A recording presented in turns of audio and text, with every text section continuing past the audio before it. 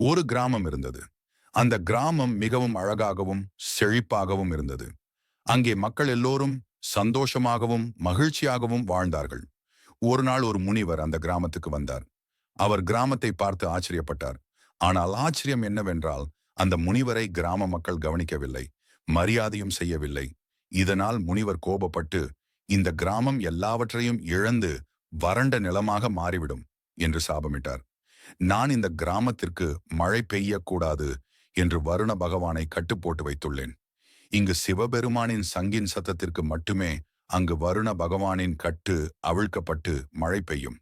பார்க்கிறேன்.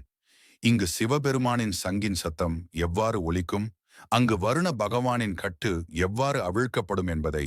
முனிவரின் சாபம் உண்மையாகி நிலம் வறண்டு போனது. மக்கள் மிகவும் ஏழையாகிவிட்டார்கள். ஆனால் ஒரு விவசாயி மட்டும் நம்பிக்கையுடன் இருந்தார். நிலம் உலர்ந்திருந்தாலும் அவர் தினமும் உழைத்தார். உழைத்தால்தான் நம்முடைய வேலை மறக்காமல் இருக்க முடியும் என்று அவர் எண்ணினார். அந்த விவசாயியை வானத்திலிருந்து சிவபெருமான் பார்த்தார். அவர் ஒரு சாதாரண மனிதராக வேஷமிட்டு விவசாயியிடம் வந்தார். மழையில்லாமல் நீ ஏன் இவ்வளவு உழைக்கிறாய்?